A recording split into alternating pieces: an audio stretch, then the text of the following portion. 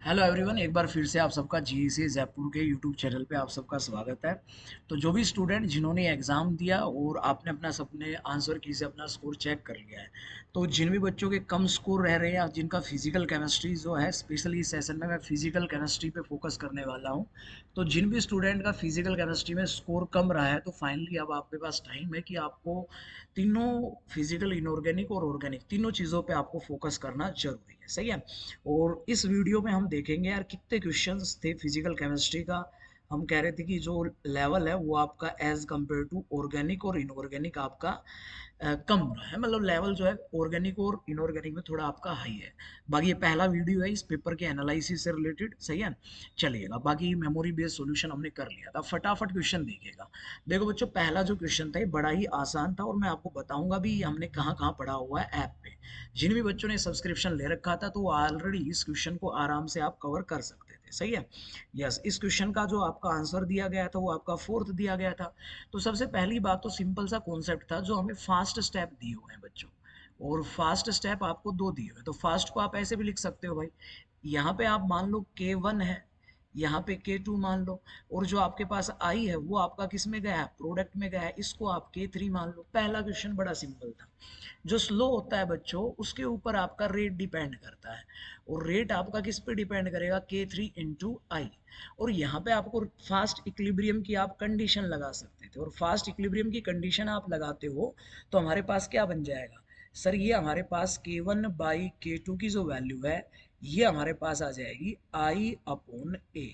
और यहाँ पे बच्चों I की वैल्यू जो है वो हमारे पास आ जाएगी K1/K2 × A। और आप इस वैल्यू को यहाँ पे ऊपर जब पुट करोगे तो आपके पास जो रेट है, जो आपके पास रेट जो है वो क्या निकल के आ जाएगा, सर रेट हमारे पास K3 तो है ही, और ये आ जाएगा K1/K2 × A। ये आपका ओवरऑल रेट बनेगा। तो जब भी आपको overall activation energy find out करनी होती है, हमने देखो K1 इस स्टेप का माना है, K2 इस स्टेप का माना है, K3 स्टेप का माना है। तो के ओवरऑल आपके पास क्या आ गया, हु बहु ऐसे सवाल हमने किए हुए, K3 K1/K2। बोलो, सारे की पावर कितनी है, 1। यानी कि K3 की पावर कितनी आ गई, 1 आ गई। K1 की पावर कितनी आ गई, 1 आ गई। और K2 की पावर कितनी आई है, -1। तो आपको पता है जब के ओवरऑल आपको पता चल जाता है तो प्यारे बच्चों हमने पढ़ा हुआ है ई ओवरऑल आपके पास क्या बन जाएगा। सर जस्ट हम क्या करेंगे, यहाँ पे E3 दिया हुआ है ना, EA3 दिया हुआ है, इसका कोफिशिएंट पावर कितना है, 1, इसको आगे लगा दो। ऐसे क्वेश्चन नेट पहले गेट में पूछा जा चुका है। लेकिन अब इस क्वेश्चन में आपके पास थोड़ा सा मॉडिफिकेशन था, EA1 आ जाएगा, लेकिन K2 की पावर क्या है, माइनस है, तो -EA2 आएगा, और 1 ही पावर है, तो ये आपका आंसर बन जाएगा। बताओ। अब ऐसा क्वेश्चन कोई मुश्किल क्वेश्चन नहीं था भाई। ऐसा क्वेश्चन आपके नोट्स में भी है, फोर्थ ऑप्शन आपके पास बन जाएगा। और नोट्स में कहाँ है, ये रहा, देखो आपको पढ़ाया हुआ है। अगर ओवरऑल आ जाता है, डायरेक्ट ई ओवरऑल लिखना हो, तो जो पावर होती है उस पावर को बस आगे ले जाओ। 1/2 आगे चला गया EA1 के, 3/2 आगे चला गया, नीचे K4 है, K4 की पावर ऊपर लेके जाओगे, माइनस है, -2 A4 कर दो। ऐसा सवाल पहले भी गेट में आया हुआ था। सही है। तो पीवाई के क्वेश्चंस करने जरूरी है। बस क्वेश्चन में थोड़ा सा मॉडिफिकेशन था, उसको आप दिमाग कर यूज करके भी आप कर सकते हैं। फास्ट टैप दे रखे थे, तो ओवरऑल रेट कांस्टेंट आपको फाइंड आउट करना था, तो और उससे कंपैरिजन करके हम overall activation energy find out करते हैं ना। तो बड़ा ही आसान क्वेश्चन था। चलिएगा अगला क्वेश्चन देखो बच्चों, ये रहा इलेक्ट्रो का लेक्चर नंबर। मैं साथ साथ आपको लेक्चर भी बताता रहूंगा। कंडक्टेंस का लेक्चर नंबर 3 हमने पढ़ा हुआ, ये म्यू आयनिक मोबिलिटी होता है। मैं आपको बार बार बोलता था, ये रिलेशन याद रखो। और आपको पता है आर जो होता है आयनिक मोबिलिटी के इनवर्सली प्रोपोर्शनल होता है। आपको आयनिक मोबिलिटी का डाटा दे दिया है, तो जिसका आर कम होगा उसके लिए आप, जिसकी आयनिक मोबिलिटी कम होगी उसका आर ज्यादा आएगा, तो Cl- सबसे आगे आएगा। अब ऐसा ऑप्शन पहला ही था यार, टिक हो गया। बताओ कहाँ मुश्किल था। अगला क्वेश्चन देखो। यस, देखो कंपैरिजन हम करते हैं ना, या रिवर्सिबल आइसोथर्मल एक्सपेंशन। देखो आपका थर्मोडायनेमिक्स का लेक्चर नंबर 11 ये हमने पढ़ रखा है। एक्सपेंशन में ज्यादा वर्क किसका होता है, रिवर्सिबल आइसोथर्मल एक्सपेंशन का ज्यादा होता है इरिवर्सिबल आइसोथर्मल से। तो आपको पता है यार W जो है वो रिवर्सिबल का ज्यादा हो जाएगा किससे, इरिवर्सिबल से। बताओ इसमें क्या था। दूसरा आइसोथर्मल बोल रहा है यार, आइसोथर्मल में आपको पता है सर W जो होता है, Q जो होता है वो हमारा किसके बराबर होता है, -W के बराबर होता है। यही तो हम पढ़ते हैं। लेकिन उसने मोड लगा दिया, तो मोड लगा दिया तो पॉजिटिव हमें कंसिडर करना है, तो उसमें तो कोई दिक्कत है ही नहीं। क्योंकि डेल यू किसके बराबर लिखते हो, Q plus W. Isothermal ideal के लिए डेल यू क्या हो जाता है, क्यू प्लस जीरो हो जाता है। क्यू किसके बराबर होता है, माइनस डब्ल्यू। कहाँ से मुश्किल क्वेश्चन था।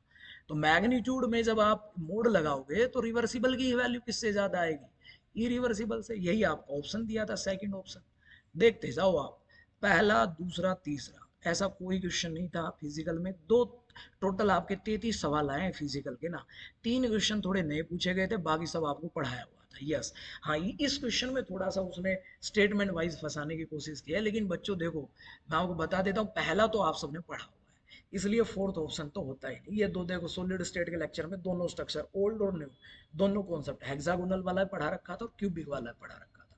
ये सारे मैं लेक्चर से ही लेके आया हूँ, ताकि आपको थोड़ा डाउट ना रहे कि हम जो पढ़ रहे हैं वो सही पढ़ रहे हैं या नहीं पढ़ रहे, पेपर में आ रहा है या नहीं आ रहा। सही है। और भी जो बच्चे आगे CSR नेट के एग्जाम की प्रिपरेशन करना चाह रहे हैं, और सेफलराइट भी ZNS का स्ट्रक्चर रखता है, FES ZNS ये सेम स्ट्रक्चर रखते हैं। तो पहली और दूसरी स्टेटमेंट तो सही होनी थी। सही है। और यहाँ पे अगर हम बात करें इसके बेसिस पे, अगर देखें पहला और दूसरा, पहला और दूसरा, पहला और दूसरा एक ही ऑप्शन में है, तो ये ऑप्शन आपके कट सकते थे। इस क्वेश्चन को आप काट भी सकते थे, या फिर आपको मुश्किल लग रहा था तो बहुत सारे क्वेश्चन छोड़ने के भी होते हैं ना। चलिएगा, आ जाओ अगला क्वेश्चन। यार ये फिजिकल स्पेक्ट्रम है, हमें डायरेक्ट देखो, ये हमने उस थ्योरी में पढ़ा हो, पहली स्टोक और पहली एंटी स्टोक के बीच का डिफरेंस कितना होता है, 12 भी। सही है। Physical spectra lecture number 14, rotational spectra से इस डायरेक्ट क्वेश्चन आपसे पूछा गया था। सही है। और 12 भी आपका डिफरेंस होता है, यही आपसे पूछा गया था। यस, ये थर्मोडायनेमिक्स, क्लैसियस क्लैपेरन इक्वेशन और फेज इक्विलिब्रियम में भी हमने पढ़ा हुआ है। ये रहा कंपैरिजन। सही है, बता देता हूँ, लेक्चर नंबर आपका है क्लैसियस क्लैपेरन इक्वेशन, थर्मोडायनेमिक्स, 16 लेक्चर में हमने पढ़ी हुई है। सबसे आगे फ्यूजन आता है, देन आपका सब्लिमेशन आता है, देखिए काट के यही बताया हुआ, फर्स्ट थर्ड सेकंड।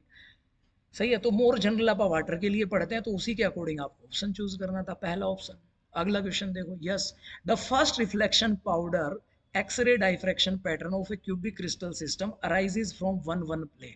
पहला पहला पहला मेमोरी बेस्ड में भी आपको बताया था, पहला रिफ्लेक्शन ये रहा। देखो FCC में पहला कौन सा होता है, 1 1 होता है, जबकि BCC में तो 1 1 0 आ जाता है, और सिंपल क्यूबिक में आपका 1 0 0 आ जाता है।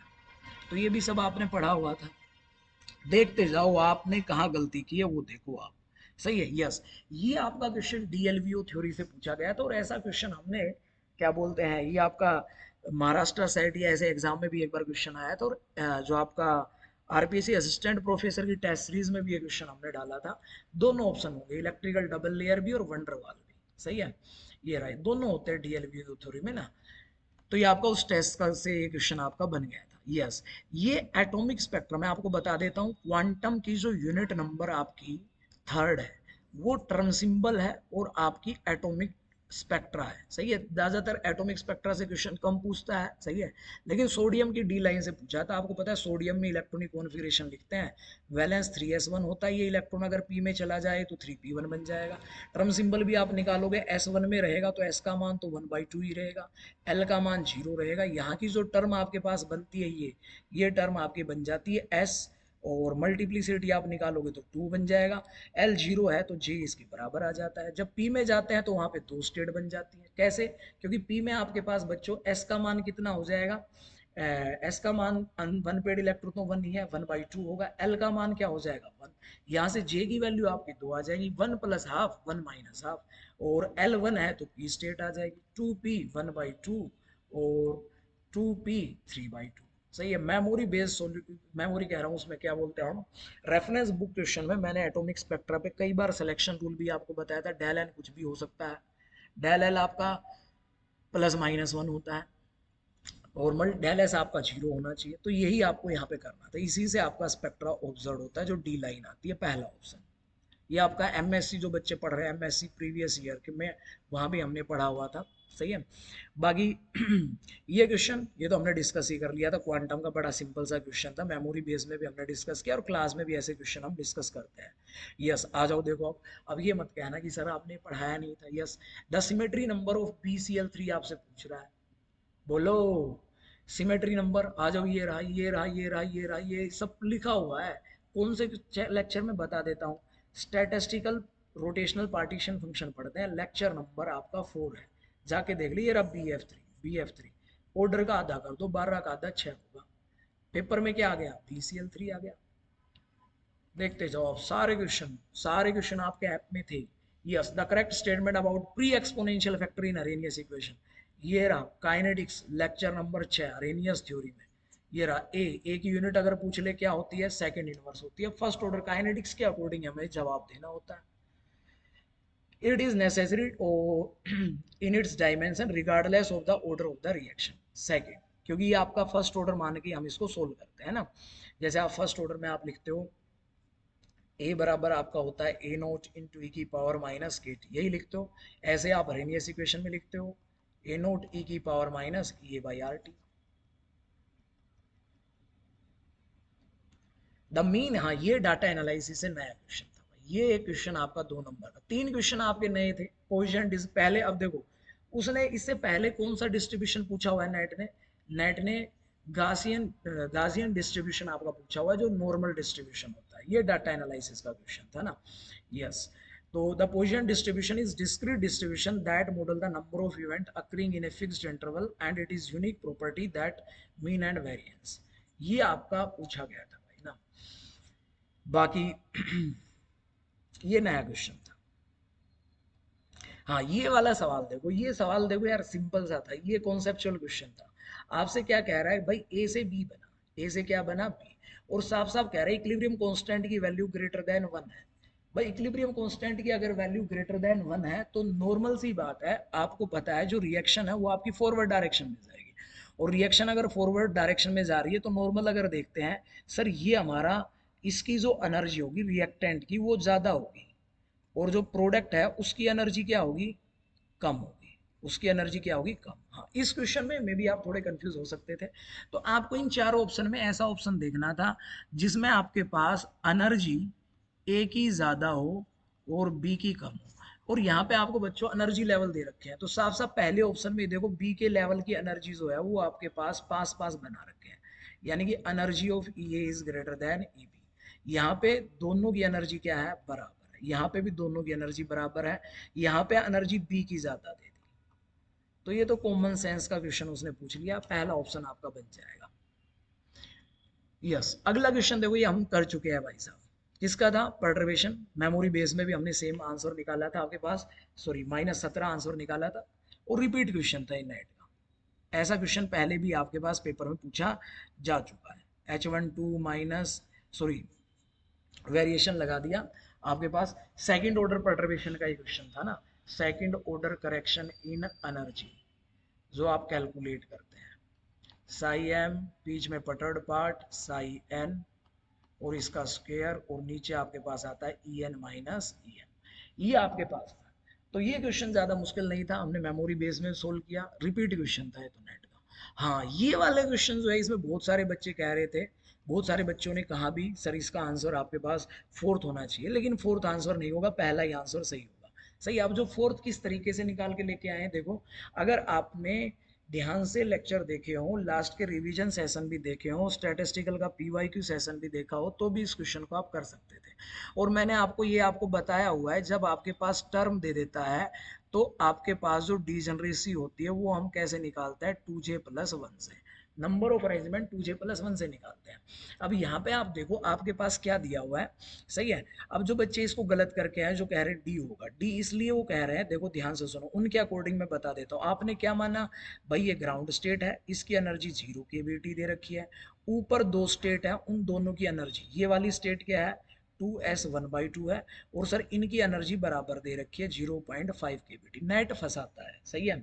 और ये स्टेट आपको दे दी 2s1/2 और सॉरी 2p1/2 और 2p3/2।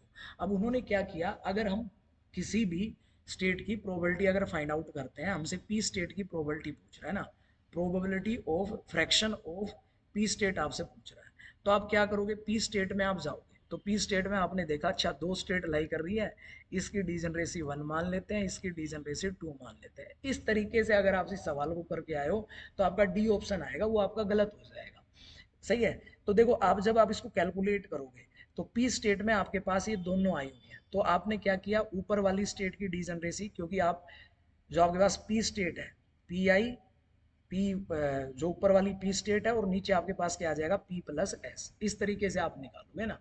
तो जब पी में आपने किया होगा तो आपने किया होगा डीजनरेसी 2 है, ई की पावर माइनस इसकी एनर्जी दे दी 0.5 के बी टी, अपोन में के बी टी से के बी टी कट गया। एस स्टेट की एनर्जी कितनी है, डीजनरेसी कितनी है, दी 1 दी है, और इसकी एनर्जी कितनी है 0 प्लस 2 इंटू ई की पावर माइनस 0.5 बाई के बी टी और डिवाइडेड बाई के बी टी। ऐसे अगर आप करके आए हो तो आपका आंसर आएगा 2 into 0.5 divided by 1 plus 2 into e की पावर माइनस 0.5। बच्चा ये सवाल आपका गलत हो गया अगर ऐसा आप करके आए हो। जब आपको टर्म सिंबल दे रखे हैं तो डीजनरेसी जो है वो हम किसके अकॉर्डिंग लेके चलेंगे, सर डीजनरेसी हम लेके चलेंगे टर्म सिंबल के अकॉर्डिंग, हमने खूब डिस्कस किया हुआ है। तो अगर आप उससे जब आप सोल्व करते ना, मैं सोल्व करके बता देता हूँ, देखो जो उसमें जब आप सोल्व करोगे एफ बराबर फ्रैक्शन ऑफ पी स्टेट दो दी हुई है, तो दोनों स्टेट आप ऊपर लिखोगे ना, और देखो इसकी डीजनरेसी 2j+1 करोगे तो 2 हो जाएगी, 2p1 2 की डीजनरेसी 2 हो जाएगी, 3/p2 2j+1 करोगे तो इसकी डीजनरेसी 2 हो जाएगी, सॉरी आपके पास 4 हो जाएगी, ये बनेगा। अब आप जब सोल्व करोगे ऊपर पी स्टेट लिखोगे और दोनों पी स्टेट आपको लिखनी पड़ेगी।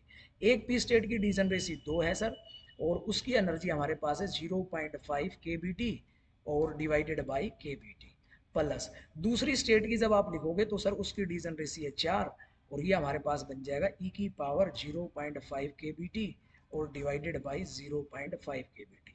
जब आप नीचे लिखोगे बच्चों, एक तो एस स्टेट आएगी और दोनों पी स्टेट आएगी, सही है ना, क्योंकि आपको पी के लिए बताना है। तो सबसे पहले एस की डीजनरेसी कितनी आएगी 2 आएगी, क्योंकि एस के लिए भी जे का मान 1/2 है, और ई की पावर 0 हो जाएगा, प्लस अब ऊपर वाली वैल्यू आप यहाँ पे लिख दो के बी टी डिवाइडेड बाई के B T plus 4 into e की पावर 0.5 के बी टी डिवाइडेड बाई के बी टी।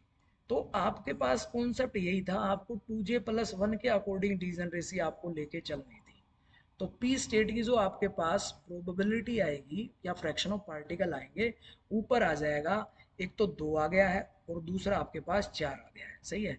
तो ये बन जाएगा 6 इंटू ई की पावर 0.5 के बी टी से के बी टी कट जाएगा, नीचे जब आप करोगे तो ई की पावर 0 1 हो जाएगा, ये 2 बनेगा, और दूसरी टर्म आपके पास बन जाएगी यहाँ पे 6 ई की पावर 0.5 के बी टी, सॉरी के बी टी तो कटेगा, ये बन जाएगा।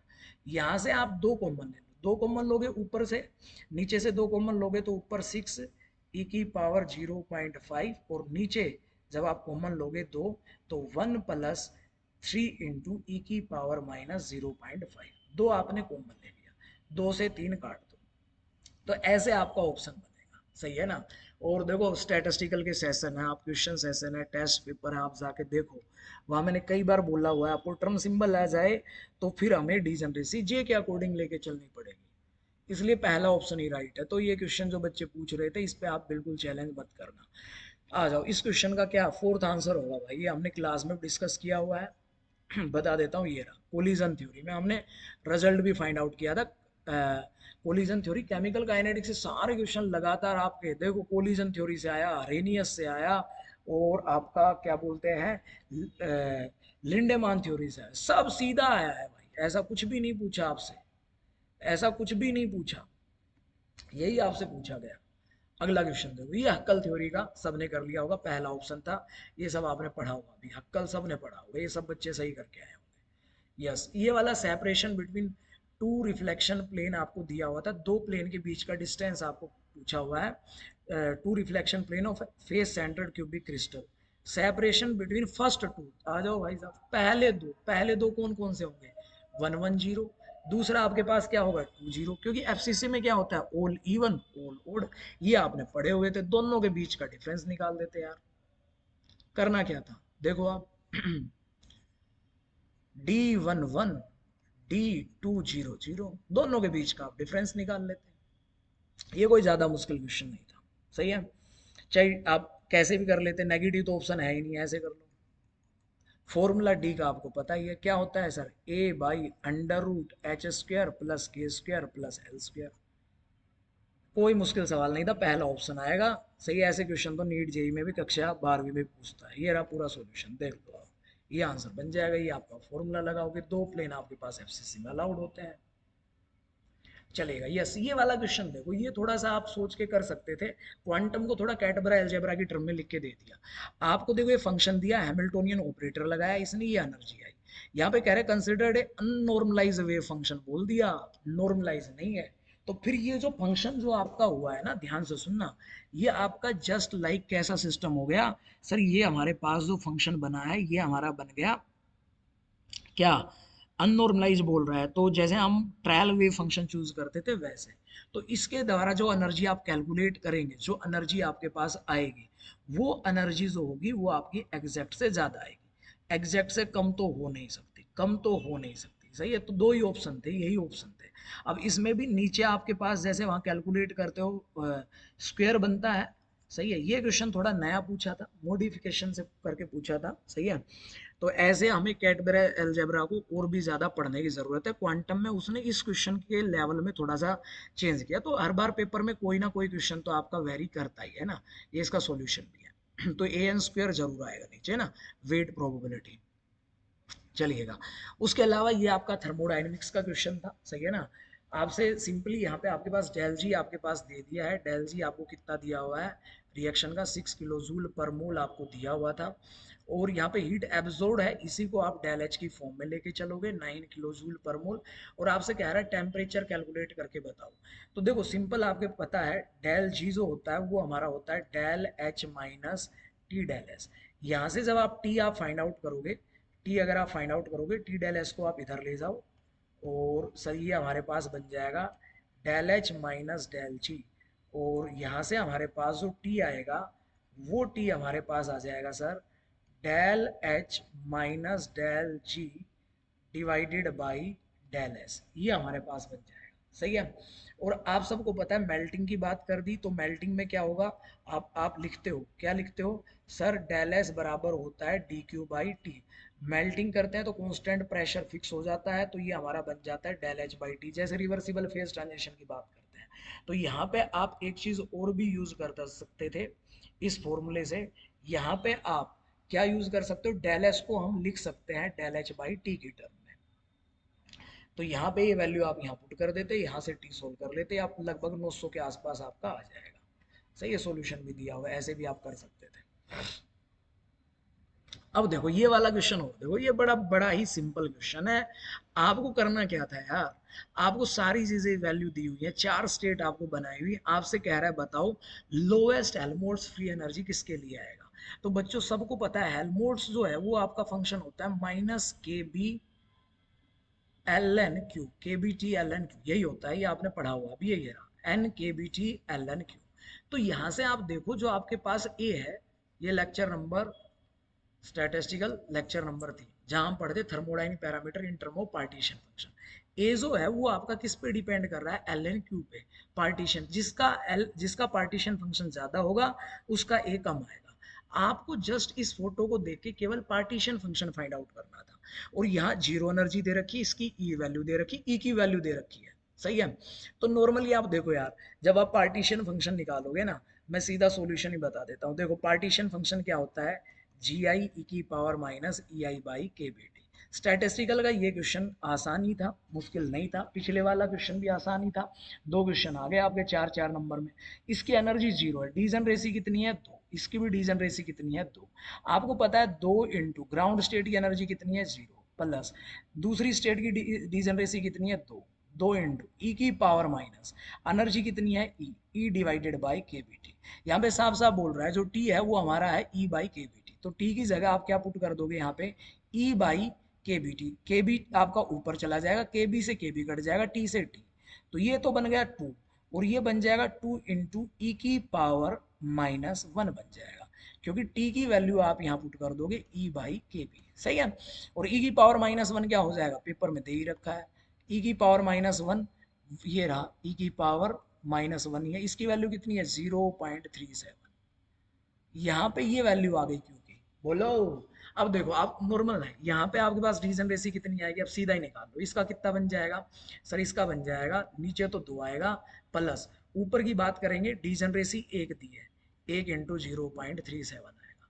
यहाँ पे कितना आएगा, ओहो यहाँ पे डिजनरेसी ग्राउंड स्टेट की कितनी दी है सर, 1 आएगा, और ऊपर की कितनी है, 2, 2 इंटू 0.37, ये कोई मुश्किल क्वेश्चन नहीं था, इसका कितना आ जाएगा 1, और ऊपर आपके पास 1 इंटू 0.37, बोलो। तो ये आपका पार्टीशन फंक्शन से था, और उसमें भी आपसे पूछ लिया हेल्महोल्ट्ज एनर्जी, तो आंसर क्या आ जाएगा 4th, जिसका क्यू ज्यादा यार उसका आपके पास ए की वैल्यू कम आएगी। लो ये भी ऐसा नहीं था आपने जो नहीं पढ़ा हो। ये आपका स्टर्न वोल्मर इक्वेशन का न्यूमेरिकल था ना। स्टर्न वोल्मर इक्वेशन आप पढ़ते हो, ये रही क्यू एफ आपका quantum unit of fluorescence in presence of, in absence of Quencher, और ये क्यू की प्रेजेंस में, इससे आपका ये न्यूमेरिकल पूछा गया था।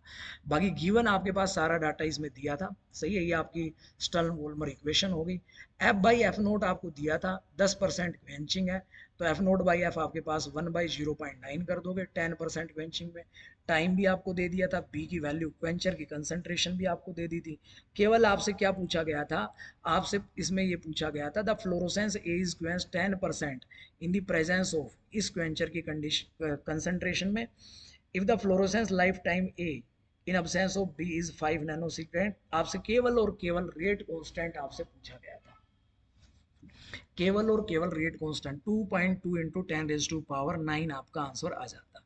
यानी कि आपसे क्या पूछा गया, टीएफ जो होता है, टीएफ की अगर टाइम पीरियड ऑफ फ्लोरोसेंस की अगर बात करें, टीएफ जो होता है वही से आप इस क्वेश्चन को आप सोल्व कर सकते थे। तो सारी चीजें वैल्यू आपको मेंशन करके दी थी। ये आप और भी इसका सॉल्यूशन आप देख सकते हैं, केवल स्टर्न वोल्मर इक्वेशन का क्वेश्चन था ये आपका क्वेश्चन भाई फेज का था, ये क्वेश्चन बढ़िया क्वेश्चन पूछा गया था, सही है।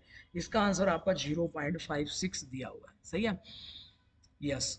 तो ये क्वेश्चन आपका एक नया था, स्टर्न वोल्मर इक्वेशन के क्वेश्चन पहले भी पूछे गए हैं, सही है। और एक क्वेश्चन आपका था डाटा एनालिसिस का, और एक क्वेश्चन था आपका क्वांटम का, जो आपसे नए पूछे गए हैं। यस, ये क्वेश्चन हमने ऑलरेडी डिस्कस कर दिया था। डिस्कशन जब कर रहे थे तो बच्चों आपने ना मेमोरी बेस्ड में मैंने आंसर बताया था 1000, लेकिन वहां आपने 10⁻⁻2 मुझे बताया था, पेपर में 10⁻3 दिया हुआ है। तो बहुत सारे बच्चे कह रहे थे सर इलेक्ट्रो के उस सवाल में ना जो आंसर है वो आप नेट ने 10⁻2 दिया है। तो बच्चों आप जाके देखो मेमोरी बेस्ड में, मैं बता भी देता हूँ, ये रहा, ये देखो डाटा आपने 10⁻2 दिया था, इसलिए हमारा आंसर ये आया था, सही है ना। ये देखो यहाँ पे आपके पास 10 की पावर कितना करोगे, -3, तो एक कम हो जाएगा। ये क्वेश्चन हम ऑलरेडी डिस्कस कर चुके हैं, 10⁻2 आएगा। तो जिन बच्चों ने इस क्वेश्चन को डाउट किया था, तो भाई ये वहाँ 10⁻2 ले रखा था, इसलिए आपका आंसर 10⁻3 आया था मेमोरी बेस्ड में। तो इसमें भी कोई दिक्कत नहीं होनी चाहिए। फर्दर अगर बात करें यार, ये वाला क्वेश्चन तो आप सिंपली देखो, वैसे भी देखो ये जो करेक्टर टेबल है D3 और C3 भी टाइप लग रही है। आपसे कह रहे हैं ABC क्या होगा। बच्चों CSR नेट ऐसा कमाल पहले भी कर चुका है, अगर आप PYQ अच्छे से करते हो तो। देखो आपको पेपर में ही, पेपर के एक सवाल में ही ये आपको करेक्टर टेबल भी दे रखी थी, यही से आप देख के कर देते यार, 2-1 0। पेपर में आपको अगले क्वेश्चन में करेक्टर टेबल भी दे रखी थी, सही है ना। 2-1 0, थोड़ी कॉमन सेंस भी यूज करनी होती है, क्यों इतना दिमाग लगाते हैं आप, सही है। ऐसा नेट दूसरी बार किया है नेट ने ऐसा, सही है, सही है, चलिएगा आगे। ये तो आप सेकंड ऑर्डर काइनेटिक्स से भी जब आप थर्ड ऑर्डर काइनेटिक्स का रेट कांस्टेंट आप जब लिखते हो, ये आपके पास बन जाएगा 1/a² बराबर 1/a0 का स्क्वायर प्लस 2kT। उससे हमने रीअरेंज करना भी सीखा हुआ है ना। तो यही आपके पास वैल्यूज हम कैलकुलेट करते हैं, इस केस में ए की वैल्यूज हम फाइंड आउट करते हैं। आपसे वही पूछा गया है, number average degree of polymerization, ये आपके पास आता है 2 × m0, जो आपके पास मोनोमर की कंसंट्रेशन होती है, इंटू KT + 1 इसकी पावर 1/2। ये हमने ड्राइव भी किया हुआ है ना, तो ये ज़्यादा मुश्किल क्वेश्चन आपका था भी नहीं, ये किया हुआ है भाई। उसके अलावा ये हमने पढ़ लिया था, सही है। और देखो कमाल की बात है, आप ये सवाल भी आप नहीं करके आओगे, यूट्यूब के सेशन भी नहीं देखोगे, क्लास में पढ़ा हुआ है, ये सब क्या होता है जीरो। यहाँ ये भी मैं लिख के गया था, ये भी मैं सोल्व करके गया था, और मैंने साफ साफ लेक्चर में बोला जो रिजल्ट L के होते हैं वैसे रिजल्ट J के आते हैं, सही है। और सवाल किससे पूछा है, ये सवाल कहाँ से आया, PSP में भी दे रखा है यार, पूरी शर्मा पठानिया में भी। चलो आ जाओ आगे बढ़ते हैं। ये PYQ सॉल्यूशन में, ये आपका यूट्यूब पे भी है और लेक्चर में भी है, वो सब सही करके आए होंगे इस सवाल को तो। यस, ये वाला क्वेश्चन आपका E × E का रिपीट क्वेश्चन था, यही कह रहा था symmetry of the first excited state of one of normal mode of ammonia is E. ये आपको एक्साइटेड स्टेट आपको दे दिया, करेक्टर टेबल आपको दे दिया, the symmetry of the second excited state for this mode in term of irreducible representation. Direct product का question था, ई cross ई आपको लेके चलना था, रिपीट क्वेश्चन था भाई। थर्ड ऑप्शन आपका आ जाएगा, ये रहा, ये रिपीट क्वेश्चन है, पहले भी हमने किया हुआ है। बस यहाँ पे उसने C3 भी लिख दिया, और वैसे हमें पता है एबिलियन पॉइंट ग्रुप होता है C3 आइसोमोर्फिक, जिनकी करेक्टर टेबल होती है सेम होती है, उनको हम बोलते हैं आइसोमोर्फिक पॉइंट ग्रुप। तो ये C3V और D3 की करेक्टर टेबल सेम ही होती है, हम पढ़ते भी हैं। यस, ये वाला क्वेश्चन सोचने की जरूरत ही नहीं है, लिंडेमान का था, सबने पढ़ा हुआ है। देखो ये रहा लिंडेमान थ्योरी, साफ साफ हमने इसमें लिखा भी था। Reaction follow first order kinetics कब, जब ए हाई हो। दूसरा, जब ए लो होगा तो हमारे पास वहां पे क्या होगा, सेकंड ऑर्डर रेंज, यही मैकेनिज्म। तो आप देखो यार, काइनेटिक्स के क्वेश्चन डायरेक्ट ही पूछे गए हैं जितने भी आए हैं। ओहो, लो भाई साहब, सरफेस सरफेस सरफेस, कह रहा है यूनिमोल अमोनिया का डिकम्पोजिशन कर दिया सॉलिड सरफेस पे, और कह रहा है इसका जो इनिबिशन है, इसके जो कंपटीशन में आया वो H2 आया है। तो अब आपसे क्या पूछा जा रहा है, कह रहा है the ratio of surface catalyse decomposition is given by. Competitive Langmuir का क्वेश्चन था, कंपेटिटिव लैंग्यूमर का। तो कंपेटिटिव लैंग्यूमर में जब आप थीटा फाइंड आउट करोगे अमोनिया के लिए, तो प्रेशर ऑफ थीटा आ जाएगा इनटू, इसमें आपके पास प्रेशर ऑफ अमोनिया इनटू आपके पास के NH3 का आ जाएगा, KC आ जाएगा, वही लिखे हुए, ये रहे थर्ड ऑप्शन। तो ये कंपेटिटिव लैंग्यूमर का क्वेश्चन था, कंपेटिटिव लैंग्यूमर का, लिखते भी हो आप। बस अब उसने रिएक्टेंट में दो नहीं दिए, उसने बोला जो H2 बन रहा है ना वही इसको कंपीट कर रहा है।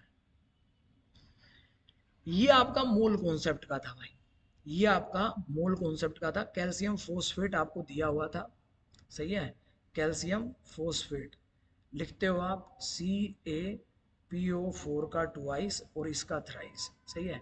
तो बेसिकली इसके दो मोल आप लेते हो तो आपके पास जो P4 बनता है उसका एक मोल बनता है। ये रिएक्शन का क्वेश्चन था, आपसे कह रहा है result in the formation of phosphorus compound X। तो ये X फॉर्म, ये आपका कंपाउंड बनता है, सही है। तो यहाँ पे आपके पास ध्यान से देखो, ये एक P4 बन गया है ना, 2 मोल से एक P4 बना है। तो P4 का आप मोलर मास फाइंड आउट कर लेते, फोस्फोरस का 31 दिया हुआ है, 31 इंटू 4, 4 एकम 1, 4 तिया 12। लेकिन यहाँ पे कह रहा है ये इसका जो X बना है ना, इज 90%, 90% है, 100% नहीं है, तो 124 ग्राम नहीं होगा।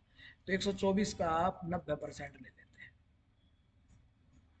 ये आपका लगभग 111.6 के आ जाएगा। मोल कॉन्सेप्ट की पहली क्लास में भी ऐसे सवाल हम डिस्कस करते हैं। उसके अलावा ये वाला क्वेश्चन बच्चों देखो, आ जाओ आप ना यार, देखो पेपर से जस्ट पहले जो रिवीजन सेशन चल रहे थे उसमें भी, और इवन CSIR नेट के PYQ सॉल्यूशन में भी हमने डिस्कस किया था। सही है, क्वेश्चन को सोल्व नहीं करवाऊंगा, ऑलरेडी हमने खूब इस क्वेश्चन को सोल्व कर लिया। ये रहा, देखो आ जाओ, ये जो आपका पेपर है जस्ट उससे यानी कि 23 या 24 तारीख को भी मैं आपको यूट्यूब पे बता के गया था भाई, सवाल हु बहु है। देखो आप, AZBR है, AZ है, बस उसने CD CdCl2 लिख दिया। और मैं बार बार बोल रहा था कि पेपर में आजकल क्वेश्चन आ रहे हैं, आपको एक्टिविटी कोफिशिएंट आपको देता है, और आप कैलकुलेटर चलाओ, आप सोल्व करो। यार ऐसे क्वेश्चन जो आपने देखे हुए हैं उनमें अगर आप गलती करके आ जाते हो, और कंसंट्रेशन भी देखो, आ जाओ भाई साहब, आ जाओ, डाटा देखो, आप डाटा देखो, डाटा देखो, ये रही कंसंट्रेशन 0.1, बस गामा प्लस माइनस की हमने यहाँ वैल्यू 0.01 लिखी हुई थी। लेकिन इस बात का मतलब ये नहीं यहाँ 0.1 ही दे दिया कि सवाल सेम टू सेम। यार आपको ना क्वेश्चन सोल्व करने की आदत डालनी पड़ेगी, सही है, और वो नहीं करोगे तो काम नहीं बनेगा। तो देखो आप, इतने सारे क्वेश्चन, इस क्वेश्चन में थोड़ा सा कॉन्ट्राडिक्शन चल रहा है, चलो इसका एक बार फाइनल आ जाता है तो देख लेते हैं। इस क्वेश्चन में कोई डाउट नहीं होना चाहिए, इसमें किताबें उठाने की जरूरत नहीं है ना। आपसे कह रहा है एसोसिएटिव मैकेनिज्म कौन शो करेगा। यार आप ना पहली क्लास में आप पढ़ते हो, अगर कोई कंपाउंड 18 इलेक्ट्रॉन रूल फॉलो करता है तो डिसोसिएटिव शो करता है, लेकिन अगर उस लिगेंड में अगर फ्लेक्सिडेंटेड लिगेंड आ जाता है तो अपनी एप्टिसिटी चेंज कर सकता है। और जब सीपी लिगेंड आप पढ़ते हो, इसकी बहुत सारी रिएक्शन भी हम पढ़ते हैं ना, सीपी अपनी हैप्टिसिटी 1, 3, 5 शो करता है। तो जो चांस बनेंगे वो सीपी वाले में बनेंगे, सही है। और ये नहीं करेगा, ये नहीं करेगा, BR लिविंग ग्रुप है, डिसोसिएटिव शो करेगा। ये 18 इलेक्ट्रॉन ग्रुप को फॉलो एनओ में, यस ये 1 से 3 जा सकता है, इसलिए ए और डी आंसर दिया है ना। इस क्वेश्चन को बार काफी सारे बच्चे पूछ रहे थे, तो ज्यादातर इन दो क्वेश्चंस में डाउट था, एक इस वाले क्वेश्चन में डाउट था जो कह रहे थे ए और डी, दूसरा ये वाला, इसका एक बार आंसर आ जाता है क्या कंसिडर करना चाहिए सेकंड, क्योंकि इसमें थायरो भी बनता है लेकिन आंसर आपका डी दिया गया है ना। थायरो बनते डी दिया गया है, वो किस बेसिस पे दिया है, कहाँ से सवाल उठा के दिया गया है, सही है। लेकिन देखते हैं क्या इसका फाइनल आंसर की में आंसर आता है। बाकी ये क्वेश्चन आप देख लो भाई। तो ओवरऑल अगर फिजिकल केमिस्ट्री का आप देखोगे तो लगभग सारे क्वेश्चन मैं वही से ही लेके आया हूँ जो आपको पढ़ाया गया था ना, सही है। तो एक क्वांटम का नया क्वेश्चन आया, यस। एक आपका ये फेज का क्वेश्चन पूछा गया उसने, और एक नेट ने 4 नंबर में आपसे मोल कॉन्सेप्ट पूछ लिया। बाकी स्टैटिस्टिकल के दोनों क्वेश्चन आसान थे, बढ़िया थे, सही है। थर्मो का आपसे एक सिंपल सा क्वेश्चन पूछा गया, सॉलिड स्टेट के क्वेश्चन दोनों आसान थे। हक्कल का सवाल आसान था, ऑपरेटर अलजेब्रा का आसान था। और देखो काइनेटिक्स में देखो कोलिजन आया, कोलिजन थ्योरी आया, एक्टिवेटेड कॉम्प्लेक्स थ्योरी आया, लिंडेमान आया, और फिर आपका कंपेटिटिव लैंग्यूमर भी आ गया, लैंग्यूमर हाइजेनवुड मैकेनिज्म। हाँ, एक सवाल आपका डाटा एनालिसिस। तो ओवरऑल अगर फिजिकल केमिस्ट्री की बात की जाए तो बच्चों जो भी अब आगे तैयारी कर रहे हैं ध्यान देना, क्योंकि आपके पास कोई भी चीज़ इंपॉर्टेंट हो सकती है। किसी भी टॉपिक को करो तो अच्छे से करो या फिर मत करो, सही है। तो ओवरऑल 33 क्वेश्चन की अगर बात की जाए तो 33 क्वेश्चन में ज़्यादा से ज़्यादा आपके 6 सवाल भी मैं मान लेता हूँ। तो प्यारे बच्चों 27 क्वेश्चन तो ऐसे थे जिनको आपको करना था। और 27 में से आप मान लो 2 ज़्यादा न्यूमेरिकल के भी छोड़ देते हो तो 25 सवाल तो आप इजिली अटेम्प्ट कर सकते थे अगर आपने अच्छे से तैयारी की है। अब जो ऑर्गेनिक के स्टूडेंट हैं जिन जो फिजिकल जिनसे डर लगता है भाई, आपको इसको बेस्ट करना पड़ेगा। काफ़ी क्वेश्चन आपके आसान आसान डायरेक्ट आ जाते हैं, सही है। Thank you so much. तो जिन भी बच्चों ने हमारा ऐप डाउनलोड नहीं किया, ऐप डाउनलोड कर लो, सही है। फिजिकल केमिस्ट्री का था, ऐसे ही इनऑर्गेनिक ऑर्गेनिक तीनों चीज़ हम डिस्कस करेंगे, सही है। थोड़ा सा ये बताना जरूरी था जो बच्चे तैयारी कर रहे हैं कि क्वेश्चन किस तरीके के आते हैं, क्या पूरा ही पेपर बाउंसर है, नहीं भाई, सही है। हर लेक्चर के मैं आपके यहाँ पे मैंने स्क्रीनशॉट भी लगाए हैं, सही है ना। ज़्यादा क्वेश्चन तो आपके वही से ही बने हैं, कोई नया नहीं है, सही है। काफ़ी डायरेक्ट क्वेश्चन भी आए। तो ओवरऑल अगर फिजिकल केमिस्ट्री में आपके पास 20 क्वेश्चन सी पार्ट के और 13 क्वेश्चन आपके, एक क्वेश्चन जो था रेडियो एक्टिविटी का वो न्यूक्लियर का था, वो हम इनऑर्गेनिक में डिस्कस करेंगे। तो 33 क्वेश्चन में से ओवरऑल अगर देखा जाए, आप छोड़ भी सकते, 25 क्वेश्चन भी आप कर लेते तो आपका स्कोर अच्छा ही जाता ना यार। और बाकी इनऑर्गेनिक से भी करने थे, ऑर्गेनिक से भी करने थे, उनमें भी काफ़ी क्वेश्चन, तो कुछ ऐसा नहीं कि सारे क्वेश्चन मुश्किल आए, आसान ही आए, सही है। चलेगा, पढ़ते रहो। जिन भी बच्चों को आगे प्रिपरेशन करनी है, स्पेशल फिजिकल केमिस्ट्री की पढ़ाई करनी है या फिर कंप्लीट कोर्स लेना है CSIR नेट का, तो प्यारे बच्चों ऐप डाउनलोड कर लो GACS जयपुर। ऐसे ही मैं इनऑर्गेनिक का सेशन लेके आऊँगा, और उसमें मुझे थोड़ा सा और भी आरबी के क्वेश्चंस को थोड़ा एक बार देखना पड़ेगा। वहाँ से भी आपके क्वेश्चन कई डायरेक्ट पूछे आए हैं इस पेपर में, है ना। चलेगा, थैंक यू सो मच।